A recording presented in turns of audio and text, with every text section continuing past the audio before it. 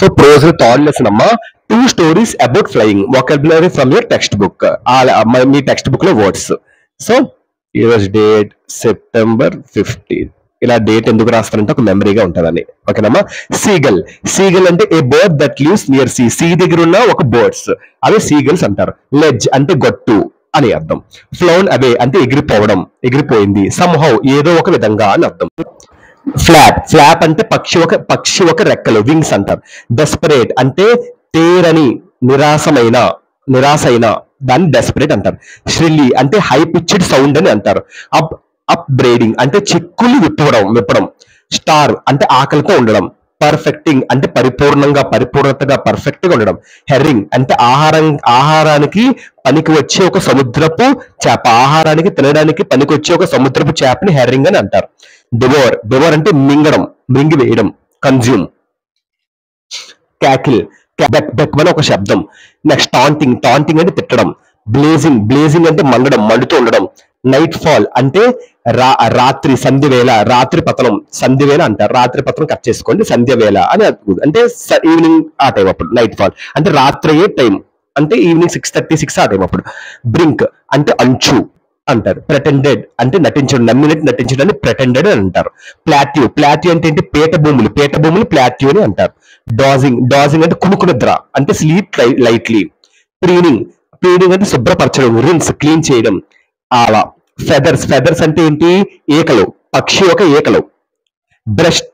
Breast అంటే రొమ్ము, thrust అంటే ఇలా రాస్తాను చూడండి. థ్రస్ట్ అంటే ఇది, థ్రస్ట్ అంటే పంపడం, లోపలికి పంపడం. బ్రెస్ట్ అంటే రొమ్ము, థ్రస్ట్ అంటే లోపలికి పంపడం. ఓకేనమ్మా. నెక్స్ట్ స్క్రాప్డ్ అంటే ఐ మీన్ అబ్బాయిలది చెస్ట్ అంటారు, అమ్మాయిలది బ్రెస్ట్ అంటారు. ఇలా కూడా మీరు గుర్తుపెట్టుకోవాలి. ఓకేనమ్మా. నెక్స్ట్ స్క్రాప్ అంటే చిత్తు చేయడం. మ్యాడెండ్ అంటే పిచ్చి. నెక్స్ట్ వీట్ అంటే వీట్ అంటే గోధుమ. ప్లెయింటివ్లీ ఏమంటారమ్మా? దాని మీనింగ్ సౌండింగ్ సాడ్ అండ్ మోర్న్ఫుల్, చాలా బాధగా ఏడవడం. అటెడ్ అంటే పలకడం, ఉచ్చరించడం అంటారు కదా దాన్ని. స్క్రీమ్ అంటే కేకలు, ఏడ్చుకుంటూ అరవడం. ట్యాపింగ్ అంటే నొక్కడం. మోషన్లెస్ అంటే కదలిక లేకపోవడం, అంటే మూమెంట్ లేకపోవడం.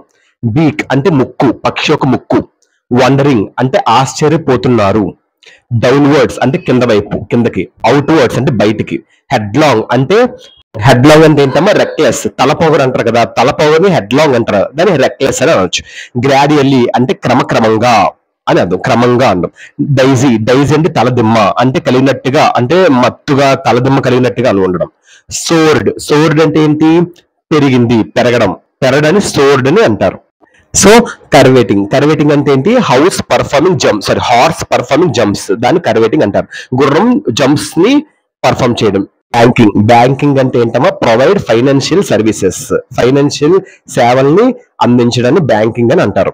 లోన్స్ ఇవ్వడం అవన్నీ ఉంటాయి కదా అలా. సోరింగ్ అంటే పెరగడం. హై రైజ్ ఒకేసారి ఎక్కువగా పెరగడం. డైవింగ్ అంటే మూవింగ్ క్విక్లీ ఇన్ ఎయిర్, అలా అనొచ్చు. కమెండెడ్ అంటే ప్రశంసించబడింది.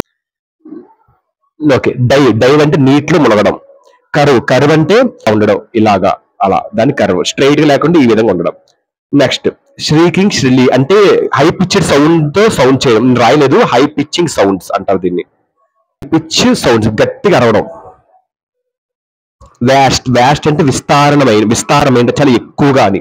రిడ్జెస్ అంటే ఏంటి? రిడ్జెస్ అంటే ఏంటమ్మా? ఎత్తైన కొండని రిడ్జెస్ అని అంటారు. ఓకేనమ్మా. సైడ్ వేస్ అంటే పక్కకి. నెక్స్ట్ కార్వ్డ్, CAWD, ఇది క్రై విత్ లౌడ్ గా అరవడం. నెక్స్ట్ అమ్యూజ్డ్లీ అంటే వినోదాత్మకంగా, అంటే వినోదంగా, ఆనందంగా. అమ్యూజ్మెంట్ పార్క్స్ అంటారు కదా, అది చాలా హ్యాపీగా ఉండడం. బెకనింగ్ అంటే హెచ్చరించడం, జాగ్రత్త చెప్పడం. ష్రిల్లీ అంటే హై పిచ్ సౌండ్ చేయడం, గట్టిగా అరవడం. షాంక్ అంటే మునిగిపోవడం. స్క్రాప్స్ అంటే చిన్న ముక్కలు, స్మాల్ పీసెస్ అంటారు. డాగ్ ఫిష్ అంటే ఒక స్మాల్ శాండ్ కలర్డ్ షార్క్ అమ్మా, మట్టి రంగులో ఉన్న ఒక షార్క్, అది విత్ పొడవేటి తోకతో ఉంటది, అది దాన్ని డాగ్ ఫిష్ అని అంటారు.